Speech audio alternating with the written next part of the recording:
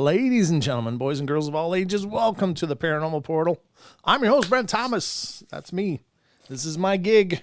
Hope you're having a good time. I forgot to turn on the studio speakers. So before I get some kind of feedback and other stupidity happening here, I'll just turn them down. But hope you guys are doing great. Thanks for being here with me on this fine Thursday evening. The good news is tomorrow's Friday, and it's hard to go wrong. Full disclosure, the last 24 hours, I've only had like probably 3 hours of sleep. I could not sleep at all last night. I literally tried laying down in about a gajillion different places and could not fall asleep. It was like literally a sleepless night. I don't know why. Didn't feel under the weather or anything. Just could not settle down. I don't know what it was. It was just like I was a bundle of energy, and it was just bizarre. And I was just beside myself. But I did manage to take a few cat naps during the day, and kind of got a little bit under my belt. But if I'm a brick tonight, I hope you understand. It's not because I don't care. It's just because I'm running on fumes, and I'm doing the best I can. So just very strange. I get those about once a year. There's just a night for some reason once a year I just can't sleep. It's like it just doesn't work. And so, what do you do? I mean, now full disclosure, I also sleep terrible anyway. But this was like no sleep, not even like just faking it a little bit. Just strange. Not that she came to hear about me and my sleeping, but but I thought I'd throw that out there. Anyway, so what's that? Tiniest Squatch says, am I putting you to sleep already? I'm sorry about that. But anyway, this is the Night Terrors episode, and these are shorter format shows, and these cover about an hour. And tonight we're going to have UFO encounters, and I've got a couple of great articles lined up for the discussion. Excuse me. And so I hope you guys enjoy them. And I don't know, it just sounds weird in my ears now tonight. Huh. I don't know why. But anyway, it could just be sleep deprivation. Everything sounds weird, but it sounds like my feedback volume is a little higher. Okay, maybe that's better. There we go. I must have bumped my headphone volume. But anyway, the phone lines will be open throughout the night. If you want to call in and be a part of the journey, you sure can be. The number to call in is 720-923-0500. Again, 720-923-0500. The number, if you forget, is right up there. Right up there. Just almost hidden. But not really. It's just small, and I keep brushing it off. So I got to blow that up at some point. But anyway, lots on the docket tonight, so hopefully it'll all work out great. But I don't know about you, but I hope you're ready, because it's time for bed.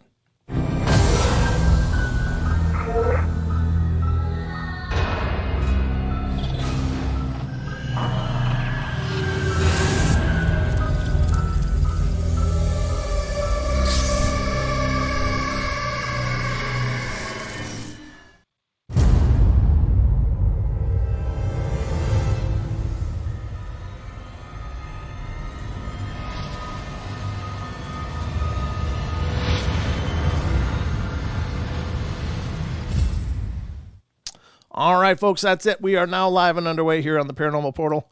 Night Terrors, UFO encounters tonight. And I got a couple of phenomenal articles lined up from our very own favorite paranormal journalist in the world, Mr. Brent Swanser, who writes for MysteriousUniverse.org. And I dug through his archives and found a couple of real beauties.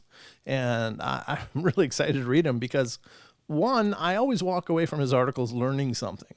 There's no question. Everything I've ever read that he's produced, I walk away with some new piece of information or some new part of the story I had never heard before. So, I love his work, and he's just brilliant anyway. So I got a couple of them, and the first one is, and I'd never even heard of this one before. Maybe some of you that are into the UFO lore, you have, and I don't mean to, suggest that these are really widely unknown, but I just have never bumped into these before. But the first one is coming from an article on Mysterious Universe. Hold on. mysteriousuniverse.org, and this article is called The Strange Case of Daniel Ledger and His World War II Alien Encounters. So, I don't know, sounds good, right? Let's see what's going on here. Yeah, this one's brand new to me. I was kind of reading through part of it before, and I was like, wow, never heard of this. So anyway, it says, during World War II, the skies over Europe were no stranger to battle. Here there were frequent engagements between fighter planes and the sounds of machine gun fire. And, of course, explosions were as common as background noise as the singing of birds or the chirping of crickets. The violence became a fact of life in many places. Common occurrence, yet in the summer of 1941, a very strange series of events would play out in the skies over Le Mans, France. That was far from the ordinary. At the time, a French soldier by the name of Daniel Ledger was at Le Mans when his attention, as well as that of the villagers, was drawn to an unusual sight in the sky in an area above what was then a German-occupied airfield in nearby town of Rennes, I think. Rennes? Okay. And so would begin the weird odyssey involving UFOs, crashed spaceships, and a mysterious alien woman. On that summer day, they could see what looked like a dense aluminum-colored cloud that was shaped somewhat like the handle of a frying pan, and the whole of it ringed with a mist that orbited the more solid-looking darkened interior. This odd cloud seemed to be more than just a cloud, as it had a certain weight and solidity to it. And it was also moving across the sky faster than the other clouds, and it was indeed a strange sight. I guess I could do this. You guys could see it as well. But what made it even more strange still was that there seemed to be German fighter planes circling the mass looking like flies at the distance.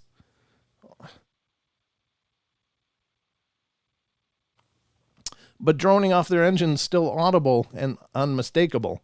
From what they could see, the German planes seemed to be attacking the cloud, but as they did, another larger cloud descended to hover over the scene, and this one described as luminous and matching the speed of the one below it. And upon the arrival of this cloud, the German planes that came close to it were seen to fall down like leaves for several seconds before taking to the air again. Wow, so it like killed their engines. To Ledger, it seemed like the engines were cutting out to send them into a temporary free fall, and he suspected this was being done as a defense by the clouds. This would go on for nearly a full hour before the planes veered away and the clouds disappeared into the distance. Ledger would claim that he looked through the newspaper reports the following days and found not a single mention of anything that could have explained what he had seen. Puzzled, he tried to put the bizarre experience out of his head, but little did he know that this was to pale in comparison to another experience he would have just a few years later. In July of 1943, Ledger had been conscripted by the Germans to work at a labor camp in the coastal town of, wow, I'm not going to be able to do that, Gdynia, Poland? I don't know. I'm hoping that's close. And one day he requested permission to visit the town of Everglades, which was granted. The only way for him to go out at the time was on foot, but it wasn't far, so he headed out, but soon found that the walk was taking longer than he expected. Ledger apparently decided to take a shortcut that took him over an area of sand dunes along the Baltic beach. As he made his way across the sand, he noticed something up ahead that was quite unusual. Half buried in the sand was what appeared to be some large gray metallic object, seemingly lodged deep into the dune, as if it had fallen down to the sky to crash there. Curious, Ledger approached the object, and that was when things became even stranger than they already were. As he drew closer, Ledger was met with the sight of a woman with long blonde hair and dressed in some sort of tight-fitting black or dark brown jumpsuit with a belt, who appeared to be trying to manually dig the weird object out of the sand. At this point, Ledger was convinced that it must be a German pilot who had gone down in some sort of experimental aircraft and was in trouble. And this made him slightly hesitant to go any closer. He contemplated turning back, but as he did so, the strange woman turned to face him, as if somehow aware of his presence. Her features were completely human, even pretty. Slightly Asian looking despite her flowing blonde hair, and a look of relief spread across her face. She gestured for him to come over and help her, which he warily did, still not sure who this person was. I can't remember where that picture's from. Is that from like Lord of the Rings or something? I don't remember. Or something else, yeah. When he reached the object, she gestured that she wanted him to dig with her, and he soon found that the craft was not as firmly embedded in the sand as he had thought. They were able to dig it mostly free in short order, and Ledger noticed that it was composed of a completely smooth metal, and that no noticeable joints or seams. As they dug, she talked to him, and when she finally spoke, as they dug, she talked to him, and when she finally spoke, it was not in German or Polish, but rather a language he was unfamiliar with, but which sounded vaguely Russian. Although he could not understand what she was saying, she seemed to understand him, although he was not sure why he had this impression. When they finished removing the last of the sand, she repeated some unintelligible words, which he took to mean thanks, and then touched a button in her belt. When she did, a door on the metal object slid open, even though there were no seams to show a door was there. And she gestured to the sky and tapped her chest, and then motioned for Ledger to back away from the craft. He could understand that she meant to take off, and so he did as he was told, still a bit confused as to who this person was and what was going on. The woman then entered the object, and the door slid closed behind her, blending seamlessly into the exterior like it had never been there at all. Ledger claimed that before the door closed, he could briefly see that the interior was devoid of any instrumentation panels, and that the woman was assuming a position on all fours as if she were about to enter a motorbike competition. The craft then began to rise into the air, and in a shower of loose sand, glowing slightly as it did, Ledger took a few more steps away and was astonished that the aircraft made no noise at all. The craft silently hovered there for a moment before suddenly shooting straight up into the sky at phenomenal speed and vanishing to leave him standing there, dumbfounded at what he had just seen. It's important to note that even after all of this, Ledger was convinced that this had been some form of experimental aircraft, and that he had met its very human pilots, but in later years, he wasn't so sure. When UFO reports started to emerge more frequently, and the United States and Soviet Union began their space programs, Ledger remembered the German fighters circling that strange cloud, and his weird encounter with the woman and her ship on the dunes, and he wondered if perhaps there had been brushes with something beyond this world, and even if they were connected somehow. Being as this is a rather obscure case with little in the way of corroborating evidence, it is hard to know what to make of it. Who was this mysterious woman, and where was she from? Was she even real at all? What connection, if any, does it have to Ledger's previous claimed experience? We'll probably never know, and it remains another historical oddity confined to the forgotten mists of history. And again, you can find more of his work, Brent Swanser's work, on mysteriousuniverse.org. But this does now, there are those out there, for those of you that aren't really as involved in the UFO community and discussions, there is the belief that there are dozens of potential alien races that live here or are here regularly. And certainly, not that I'm any expert, but the one that jumps out to me as meeting this description would be what's referred to as the Nordics, and possibly the Pleiadians, however you say it. But those could be one and the same too. But often they're referred to as Nordics. They're these very tall, beautiful, fair-complected, light-skinned, blonde-haired or white-haired creatures. And they're apparently just breathtaking. But there are also those who have claimed to have seen them and seen them kind of shift into something else. Like maybe that's not really how they look, but who knows? I don't know. It's kind of a sobering thought to think that, there could be a lot of this stuff going on. And I've often wondered that, as you're walking around and everybody, we all got like that inner barometer, right? Where I don't know, you see someone and you just think, something's not quite right there. Something's not clicking. Something about that person doesn't jive. It doesn't make sense. And it's hard to put a rationale to it or put a narrative to it, but just sometimes you'll see people and they'll just seem kind of off. Now, I'm not talking just, the average, obviously some people are in different mental states and in different confusion states and all of that. That's not what I mean. I'm just talking about people that don't seem to fit. Like they don't quite blend in to the world that they're in. And I've often wondered, what if that could be one of those potential races of people that are alleged to live among us? And I guess there's no way to know. Even sometimes when I go, hi, how are you? And they don't answer, I'm like, oh, that's one of the aliens. No, I'm just kidding. I don't think there's that many of them here, but I think there's some. I think there could very well be some. So if you don't exchange pleasantries, you might be an alien. I'm just saying it could be. We don't know. Oh, man. Still dry. All right. But that's a great first story. Again, we're going to go into another one of his articles here in a second. I just want to see how we're doing for the time. Okay, this is good.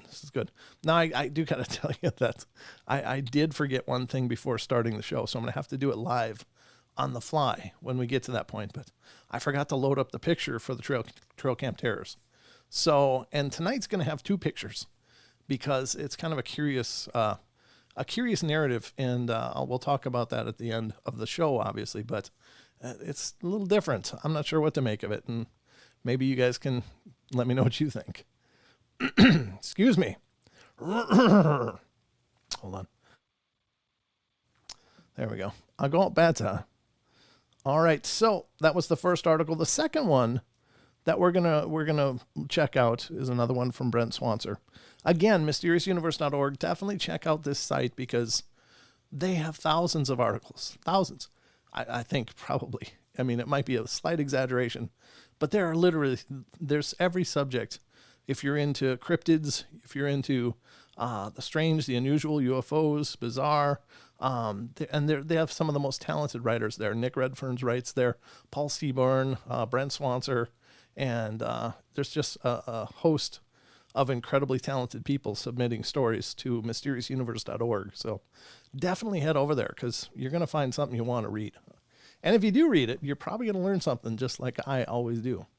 I did want to say that also, if you want to catch up with Brent Swanser yourself and get involved in his community, he has a Facebook group. It's called Dark League Paranormal. And there's something really neat going on over there now. What they've been doing is it's almost like he's mentoring some of the people involved over there into being writers themselves. Like there's several members of this group that are now submitting group articles. And I think, wow, that's fantastic. That's really cool. I mean, I couldn't think of a better mentor than Brent Swanser, so I think that's awesome. But again, that's Dark League Paranormal. So if you get a chance, check it out on Facebook. And Brent's a real nice guy. I mean, he's just down to earth, real guy, and humble. He's not like arrogant or full of himself or anything. Just a really cool guy. So definitely support his work. Excuse me. Hold on. There we go. All right. So the second article in our Brent Swanser-a-thon tonight from his archives. And this one is, again, from mysteriousuniverse.org. The bizarre case of a UFO attack in the Everglades.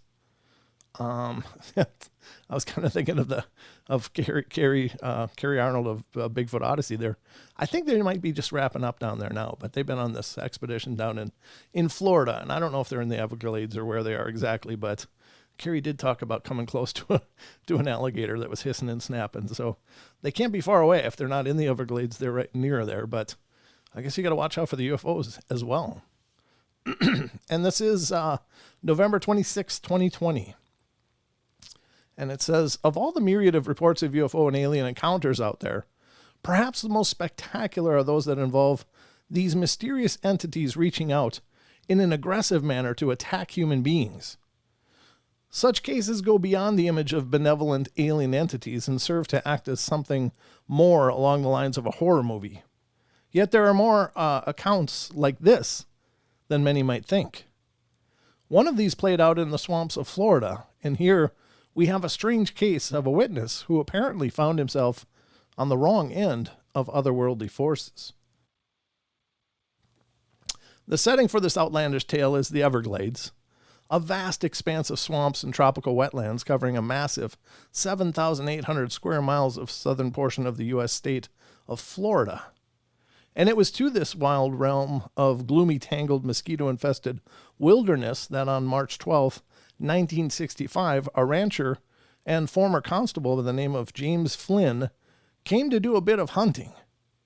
He loaded up his truck with a swamp buggy and his 4 trusty hunting dogs before making his way through winding dirt roads as far as they would take him, until he was right up against the swampy wilds.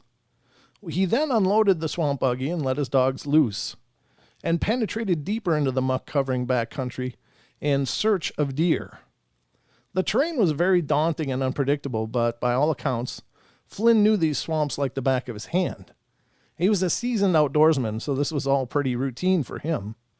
However, the trip was about to take a turn into the weird. Flynn camped out there for several days, which were fairly uneventful until the early hours of March 14th, when at around 1 a.m., his dogs picked up the scent of something out in the dark and went darting off into the murky night, barking, snarling, and yipping excitedly. Flynn watched them run off, but he was startled when several minutes later, he heard a booming sound reverberate through the trees and mangroves, sounded very much like a gunshot. And this was followed by one of the hunting dogs bolting back to the camp, whining with its tail between its legs. And the concerned Flynn decided to get into his buggy and investigate. His first thought was that the dogs had come across another hunter out there, and that they had perhaps been shot, so he sped off towards where the sound had come from. The vegetation was dark and thick, making it very slow going, but he finally saw something up ahead through the brush, which would turn out to be far more bizarre than anything he could have imagined. Something ahead was shining very brightly, but at first he couldn't make out what it was through the canopy of the trees. The light moved off some distance and then returned to its original spot and descended down into a clearing among some cypress trees.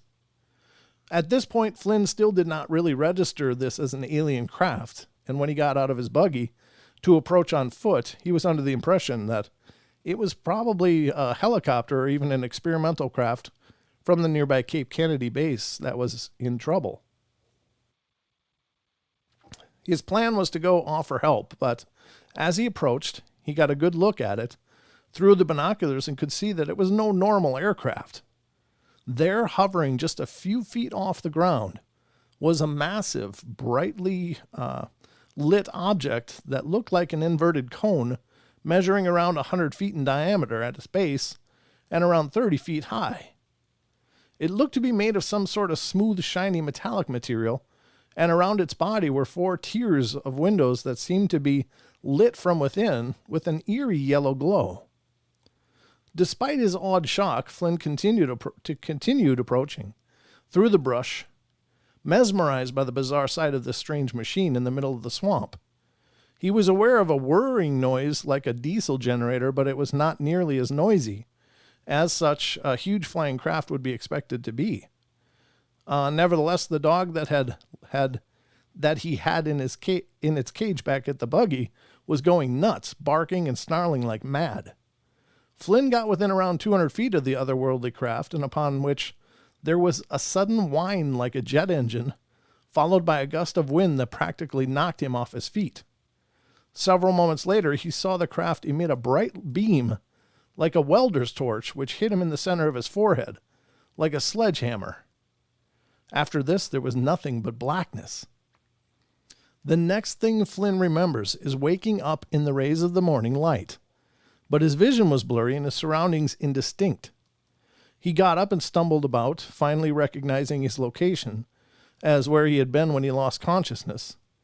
And he could see through his cracked vision that where the UFO had been, there was now a black patch of scorched brush, He managed to make his way back to his camp where his other dogs had been waiting for him, and then went to the home of a Seminole friend of his who got him to a hospital at Fort Myers. The doctors found the man had eyes that were bloodshot and red, as if they had burst blood vessels, and there was an ugly bruise in the center of his forehead. An examination showed that there was also numbness and partial hearing loss, as well as some muscular reflex impairment, but there was no serious injury, and he was then discharged and expected to fully recover. During his stay at the hospital, he excitedly told of what had happened to him, and although his ophthalmologist was skeptical, he would nevertheless vouch for the man's reputation as an honest, down-to-earth person, not prone to wild imaginings. A Dr. Paul R. Brown would say of his impressions of Flynn's story, "I first examined Mr. Flynn on March 17th, 1965. He stated that while he was out hunting in the woods in this area 2 days before I saw him, he noticed an unnatural light in the woods off in the distance. He stated that he went closer to the light to observe it, and suddenly he was struck by something from a spaceship. He said that he was knocked out and blinded, and he said that he recovered some sight in the left eye, but he could not see out of his right eye. Mrs. Flynn accompanied him into my office, and Mr. Flynn seemed to be in quite an agitated state of mind at that particular time. He kept repeating over and over, 'I know you won't believe me, but this is what happened.' And then he would begin to relate the same story. As best as I can tell, Mr. Flynn appears to be a rather stable individual. He's not considered to be a person who likes to make up wild tales.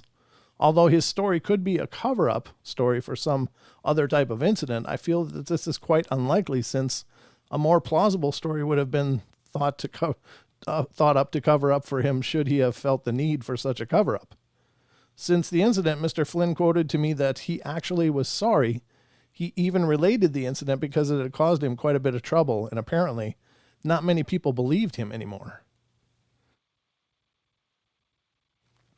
At the time of the incident, I was somewhat skeptical myself, but quite frankly, at this stage of the game, I'm not quite as certain as I was before. I keep asking myself, why should he have to make up a story like this? However, we must face the fact that this could have happened by tree branch or some other object striking him over the forehead. The only thing we can be sure of is that he did suffer some physical blow to the right eye. The incident would be investigated by the NICAP and the Air Force, who examined the site of the alleged encounter to find a burned circle of earth measuring 74 feet across, as well as some scorched trees. Despite this intriguing physical evidence, the Air Force was quick to dismiss the case, and it was suggested that Mr. Flynn had merely hit his head on an overhanging limb and then fabricated the whole thing. Jeez, way to go, way to just throw him under the bus. However, investigators from NICAP and local law enforcement weren't so sure about this. Interviewing the people closest to Flynn showed that he was an honest and well-liked citizen who had never been known to play pranks or tell tall tales. It was surmised that whatever had happened to him out in that swamp, he at least really seemed to believe his story. A rather ominous footnote to the whole thing is that when Gordon Lohr, the NICAP assistant director, contacted the Homestead Air Force Base looking for more information, he was told that they had absolutely no record of the case in any of their files, and that nothing concerning this specific case was found in the files of the base commander, Intelligence Division, Civil Engineering, nor his office, despite the fact that most certainly they had investigated it. Very curious. We're left to wonder just what happened out there on the swamp on that day. What happened to Flynn? What were these entities, and what did they want? Is it even real at all, or just a hoax? Was there a cover-up involved? We'll likely never know the answer, and it remains another weird one for the files. Yeah, it does. That's wild, though. I gotta say that's a great point. I mean, if you're gonna come up with a story, you're gonna come up with something a little more down to earth to start sharing with people. Not, hey, I saw this cone of light and then it hit me with a beam in my forehead and knocked me off and knocked me out, and here I am, weird, and there's some burnt earth back there. It's like, yeah, probably not the one you're gonna offer up. weird fuel explosion or something. Maybe might have been better. I don't know. Very strange.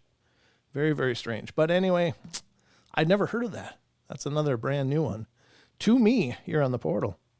And again, my hats off to Mr. Brent Swanser of mysteriousuniverse.org for pulling together another amazing couple of articles. And he's got hundreds to his credit. So there's so much more to talk about when it comes to Brent Swanser's work. But that stuff is just incredible. Really just incredible. So we still got a bunch of time. What does this say, Brent? Or Paranormal Portal. Yeah, I have definitely seen a couple of people where I'm like, if alien hybrids exist on Earth, then that person has got to be one. They haven't such unusual physical features. Yeah, I think the same thing. I really do. I think that, whatever the case is, and I don't know. I mean, there are, of course, the stories of hybrids, as Android's talking about there. And hybrids are some kind of melding of alien and human DNA, whether by, test tube or by implanted pregnancies. There's stories of those all over the place where people are abductees, and then they suddenly are pregnant, going through a pregnancy, and then they're suddenly not pregnant anymore, and everything is gone. Like, it's this crazy cycle of whatever's going on. Now, some people speculate, because I often think, what are they doing here? I mean, what are they doing here? What is the game? What is the whole purpose for this? Some people have suggested, and I don't know where they come up with this stuff, but it might be valid, because when you hear stories of the hybrids and pregnancies and stuff like that, it makes you wonder. But there's those that claim that their gene pool is kind of wiped out, that they're kind of at the end of it, and that they're not able to procreate, or they're cloning, and they've been cloning for so long that they can't really continue because they're getting a degradation or whatever. So they're kind of reinvigorate their gene pool, and they're using our genetics to do that. Could be. There's other people that say they are trying to manufacture a hybrid race that is more suited to our environment than they are, because apparently wherever they're from might be just atmospherically different, and maybe different in a number of other ways. So they need to manufacture a being that can withstand this world and can, thrive in it. And maybe that's the case too. So what happens when they get that? Then is it like, okay, we're here, you guys move along? So I don't know. I mean, it's kind of spooky stuff. It's really, really kind of creepy stuff, but it's anybody's guess. I don't know. Just a few thoughts there, but it's all speculation for all of this stuff. In the paranormal, there's no answers. There's no, this is what's going on. This is absolutely it. And I cringe every time I hear people talk like that, like, well, this is what's going on. It's here and here and here and here. And I understand people take some solace in feeling like they understand the situation, but there really isn't much grounds to leap all the way into any one idea, because these are all just ideas. Maybe it sounds right. Maybe it feels right. Maybe it's intuitively right, but we just can't know. So I always try to keep an open mind. We just don't know. Just the other night, however, since we're talking about UFOs, tonight I walked out, I was bringing out the recycle bin, or the recycle in the garbage, and which is a matter of pulling the bin out to the street so they can pick it up. But I got out there and it was dark, and I turned around, and above my house, and quite a ways above my house, not like just above my house, but I just looked up at the stars, because I always do. I love looking at the stars. No aided vision, so this is just with my naked eye. But suddenly I noticed one of the stars is moving, and it moved, and it went not extraordinarily fast. It went, mediocre fast. Not that it couldn't have been a plane, but I didn't hear any plane noise. And usually you hear the plane engines. But it just moved about, I don't know, maybe 10, 15 degrees in the night sky, and then was gone. Just blinked out, like maybe it cloaked, maybe something else. I don't know. And I often wonder about that, because oftentimes people that see UFOs, they talk of other experiences. And I've certainly seen more than one. Just that my big experience was the saucer. That was my first and biggest experience ever. I have seen other things since then that I believe are UFOs, and including the footage that we used during the breaks when we're on the network shows. But, I don't know that they're the same kind or same ones, or if there's just that much activity going on. And, as people look more and more to the night sky, they're going to see more. But I don't know. I was kind of excited about it that I saw that. And I was like, God, it just kind of went out. Where did it go? And I looked and never saw any other clue of something being up there. Now, what I did think is that when they cloaked? Is that when they disappear so I can't see them anymore? And maybe it is. Maybe they're keeping tabs on me. Maybe they're watching me. They know about this portal thing, and it kind of freaks them out. I'm just kidding. It's hard to know, but it's curious. Always curious. But I thank you for that thought, Android. I like talking about ideas and discussions like that because it's anybody's guess. I mean, we just don't know. But I do find the abduction scenarios really spooky and weird and odd. And also I think that they can also be the most grounds for people just fabricating stuff. And I know that sounds terrible because I don't ever try to sit in judgment of people, but I think sometimes the claims are just so far out there, it's hard to put them into any kind of quantifiable place in my logic. I just can't. And that's more of a reflection of me, I think, than anything, but I don't know. But I like to keep an open mind because who knows what these beings are capable of? Who knows what's possible? If they can travel through the stars or through dimensions or wherever they're coming from and get here, then they can probably do a hell of a lot that we just can't understand. So, I mean, it's all on the table, I guess, but it's still, we all have our own personal biases, no matter what. So everybody's got them. And while, I don't usually vocalize mine because I don't think it helps the discussion a whole lot to tell you what I don't think is possible, but I just, these are all the stumbling blocks we all have. When we have a discussion, we discuss ideas. Some things are going to relate and some things aren't. I have a big open baseball field across the street. Always see falling stars and satellites. UFO passed over area 20 years ago or so. It was on local radar. Wow, that's really cool. So it was actually corroborated with local radar, Donald. That's awesome. That's really cool. You better believe it, Brent. I'm believing it, Paz. I'm believing everything that I can. And I hate to sound like I've got a closed mind. I really don't. But, there's some things you hear and it's like, what do I do with that? How do I process that? Because it's so far removed from, what I understand. And so it's not that I don't think things could be possible. It's just that I don't know how to intellectualize them. And I think that's what I'm trying to say most of all. Not that I don't think those things could be possible, but I don't know how to process it. I don't know what does it mean. And I do have a very big open mind, but I also have a very logical mind. And they're always doing battle. They're always there because I do have a confirmation bias. I'd like to believe it's all real, but I still have to understand. And that's the internal struggle, I think, is having to understand and trying to understand things that maybe are just not understandable with our given knowledge.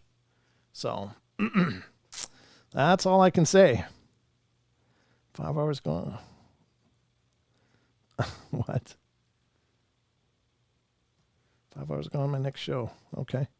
Not sure what I'm reading there. Anything else in the chats? Let me know if you want to say something or call in if you want to. Again, 720-923-0500. If you've got an opinion of your own, I'd love to hear it. It was on a TV show. Can't remember. Ottawa County in Michigan. Triangles spotted. Oh, okay. And with the triangles, soda. With the triangles, those are oftentimes most people. Well, here's the thing with the triangles. Most people think when you see the triangles, you're seeing the TR-3Bs or the man-made reverse engineered aircraft that are rumored to be a part of the secret space program or whatever. And they're essentially reverse engineered stuff from crashes and stuff that we've recovered. I believe that that is possible, but I don't think that that covers like triangular shapes such as the Arizona Lights, where, it was at least a mile wide. I don't think we're building things that are a mile wide and putting them up there. Now, if it's, the size of a jumbo jet, sure, I would think that that could be possible, but there's a lot of other triangle craft that are not, I don't think, that do not fall into our category of potentially man-made. And I think it all has to do with scale and size, but I think that's pretty cool for a good time call. Absolutely. I'm all kinds of good. Just ask me. That's right, Bomber. But anyway, those are just some thoughts. I love hearing what you guys think, though, because I think this stuff is, again, it's all on the table. It's all out there. And, with all of the phenomena, I think this one is incredibly exciting, but it's also, it's also incredibly frustrating for me. And the frustrating part is the fact that we are potentially dealing with intelligences that's so far beyond ours. And with that, we would assume comes, maybe a morality or what's another word I'm looking for? Or integrity that supersedes our own, or is more developed in the depth, and a sense of compassion, you would think. And yet we still have populations dying here. And it's no secret that we have starving people in the world. There's no secret that there are people being subjected to horrible, horrible things. And for the life of me, I can't reconcile that there are these beings here who are perfectly and fully capable of changing that, but to choose not to. And I understand the whole, the whole Star Trek-y prime directive thing, and, let us develop and let us figure it out. But I don't know if it's necessary to do that. I think most of us have figured it out. It's just that we're in situations that we know we would never exert those kind of abuses and pains on another person.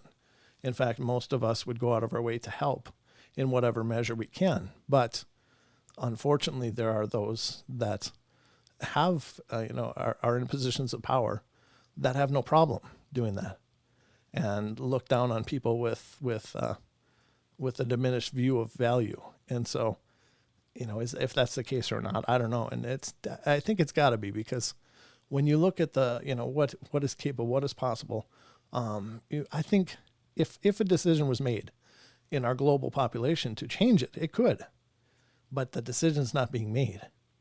And that's where I think these benevolent beings, if they are benevolent, I'm making a big assumption here, but if they are benevolent, they could solve these problems in a weekend. Like, hey, you know what? We're here. This isn't going to happen anymore. What's going on over there stops. And you guys don't do that anymore. And this is the way it's going to be. The end. And it could just be that simple. And let people grow in peace and in a harmony and in balance with the world around them. So I don't know. That's where I get stuck. I believe it was Stephen Hawking. This is from Android.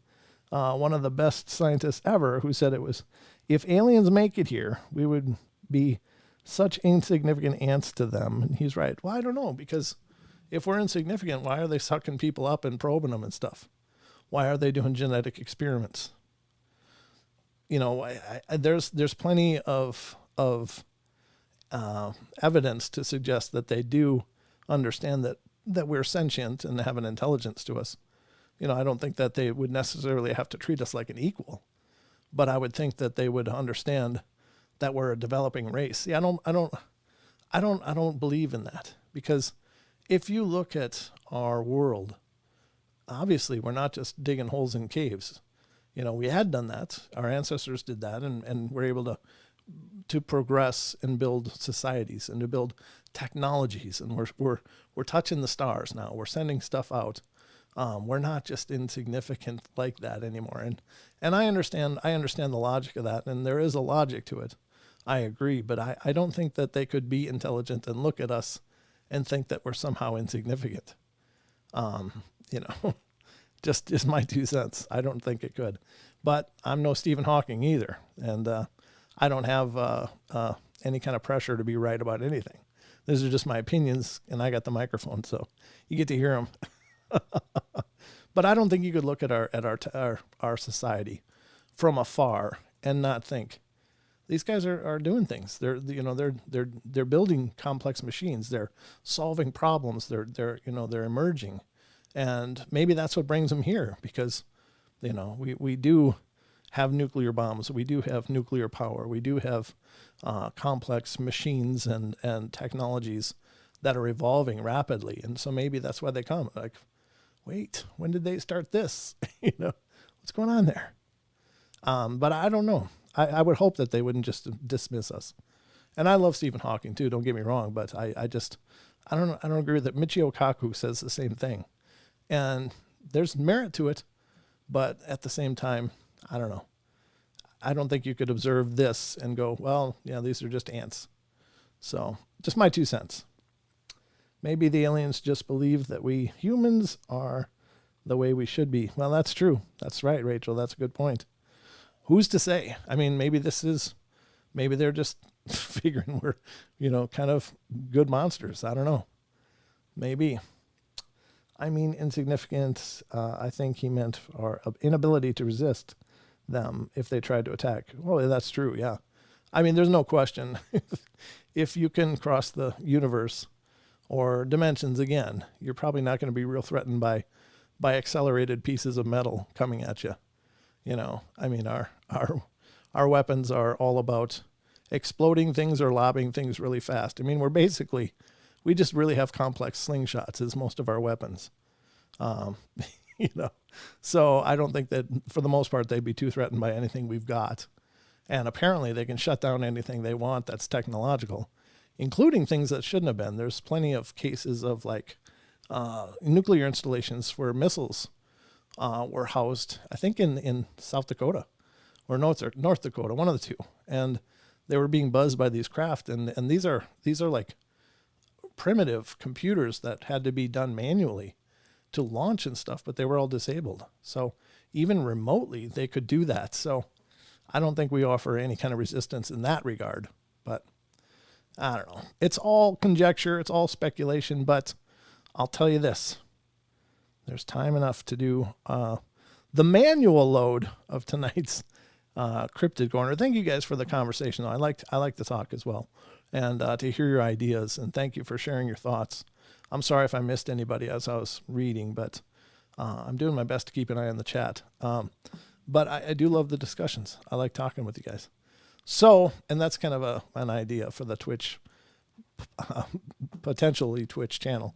If we do one, it's going to be very much like this. So let's get to the Cryptid Corner or the Trail Cam Terrors, rather. Sorry. Cryptid Corner. I don't know. What's my name? What's my motivation? All right, let's do this. I'm going to do it on the fly, so hopefully I do it well. Hold on. Here we go.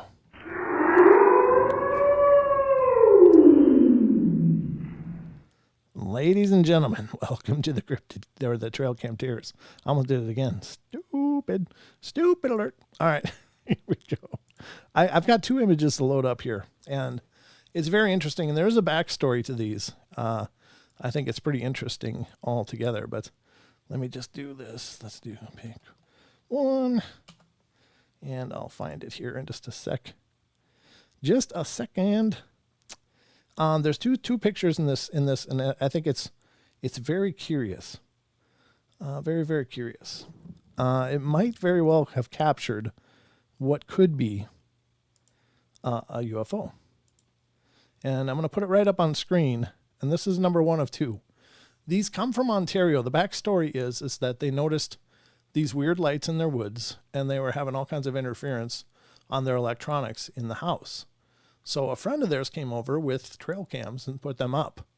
And in a field next to the house, they caught 2 images. This is the first one. And here it is. This is image number 1. Now, I don't know about y'all, but that looks like a UFO to me. This is image number 1. And this is apparently unedited on the trail cam. I don't know for sure that it's not been doctored, but that's how it's presented. Number 2 is a little different, but it happened right after this, and they were taken seconds apart. This is number 1.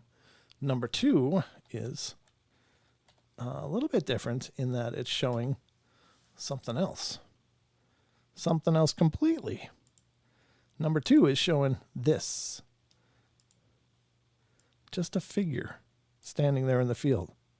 So number 1 is here. Oops, let me slide it up. Oops, almost. There's number 1. Number 2 is this one. Did something get dropped off? Do they have an area of activity up there with UFOs and they happen to capture it on trail cam? And it's hard to say, folks. I don't know. But how would a UFO be captured on trail cam? Would it look like this? And oftentimes we hear, hey, UFOs are quiet. They don't make any noise. But what if that's like a dampening field or some kind of field that surrounds it that muffles all the noise, or it's like a subspace field or something like that, and would be visually captured as some sort of weird distortion? It does look very, very much like what you might imagine a saucer. It looks very much like a saucer to me. And what was dropped off? Is this the predators? is this the hunting party here? I don't know. But very curious. And again, this is from Ontario. I think it was Ontario. And I don't know. Very weird. But it's the two cam shot, two pictures rather, from one trail cam, just seconds apart. So you be the judge. But that is the strangeness on tonight's Trail Cam Terrors. Hope you enjoyed it.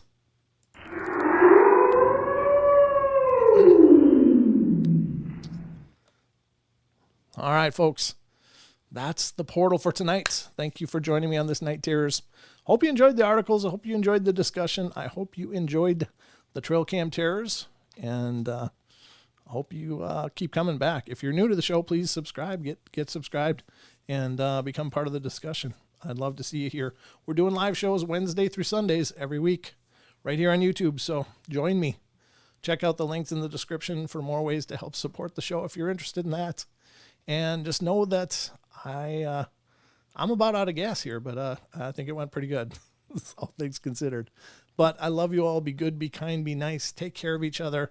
Help each other out. Find the magic in every day. And remember to laugh as much as you can. Good night, everybody.